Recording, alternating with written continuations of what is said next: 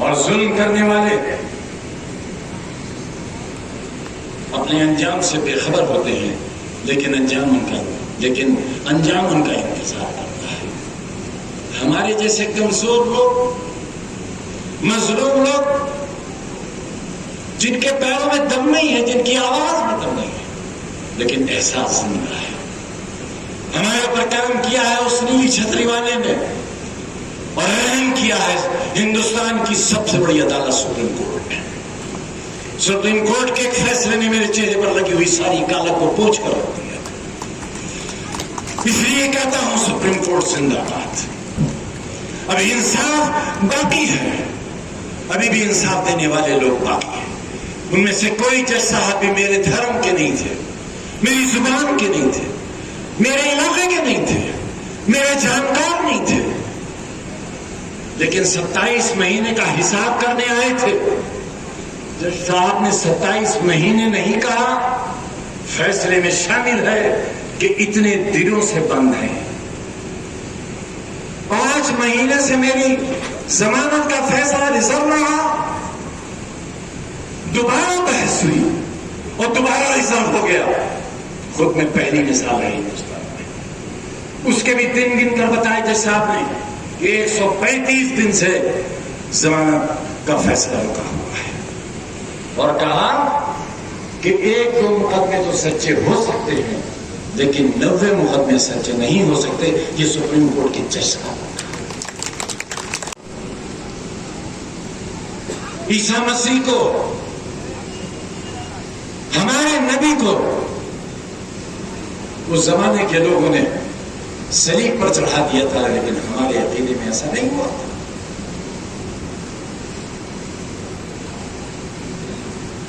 آج آپ کے پاس اسی درد کے ساتھ حاضر ہو رہا، اور کتنی تکلیف دینا چاہتے ہو؟ کیا بچا ہے ہمارے اندر؟ اور سینکڑوں اور ہزاروں مقدموں کا فیصلہ نہیں کرا پائیں گے۔ یہ ملا ہے ہمیں، آپ کی محبت نے یہ دیا ہے ہمیں۔ آپ کو الزام نہیں دے رہا ہوں، اپنے کیے کا اظہار کر رہا ہوں۔ کہیں آپ کا سر نہیں جھکنے دیا ہے، کہیں آپ کو مایوس نہیں ہونے دیا ہے، اور انشاءاللہ میں نہیں، میری آنے والی نسل بھی نہ آپ کا سر جھکنے دے گی، نہ آپ کے ضمیر کا سودا ہوگا۔ اس حق کے ساتھ، اس سیٹ پر جہاں اکھلیش جی سانسد تھے، جہاں پر ملائم سنگھ یادو صاحب سانسد تھے، اس سیٹ کے لیے آپ سے وراثت کی واپسی کے مطالبے کے لیے آپ کا مسئلہ ہوا۔ کیا حکم ہوا تھا؟ وہی نازل ہوئی تھی، نیت بندی ہوئی تھی، اور دوران نماز وہی نازل ہوئی تھی رسول اللہ پر کہ ہاتھ چھوڑ دو، اور جب ہاتھ چھوڑ دیے گئے تو انہی آستینوں سے بت گرے تھے۔ اگرچہ بت ہیں، جماعت کی آستینوں میں مجھے ہے حکم ازاں لا الہ الا اللہ۔ یہ ہے تمہاری سوچ، یہ ہے تمہاری بنیاد، اور یہ ہے تمہارے وجود کا سچا حق۔ تم اس سچے وجود اور اس حق سے انکار کرو گے تو اپنی آستینوں میں بت رکھو گے، اور اگر اس وجود کے ساتھ کہ تم کون ہو زندہ رہو گے تو تمہارے ساتھ کھڑے ہوئے وہ لوگ جن کی آستینوں میں بت ہیں گر جائیں گے آستینوں سے۔ میر جعفر اور میر صادق ہم میں ہی پیدا ہوں گے، وہ یورپ میں پیدا نہیں ہوں گے، وہ چین میں پیدا نہیں ہوں گے، وہ ایران یا عراق میں پیدا نہیں ہوں گے۔ میر جعفر بھی یہیں پیدا ہوگا، میر صادق بھی یہیں پیدا ہوگا، اور سلطان ٹیپو بھی یہیں پیدا ہوگا۔ تیار کر لو، تیار کر لو کہ جو تمہاری طاقت کا بٹوارا چاہتے ہیں، جو تمہاری صفوں میں تم جیسے بن کر تمہارے دشمن کی مدد کرنے کے لیے کھڑے ہوئے،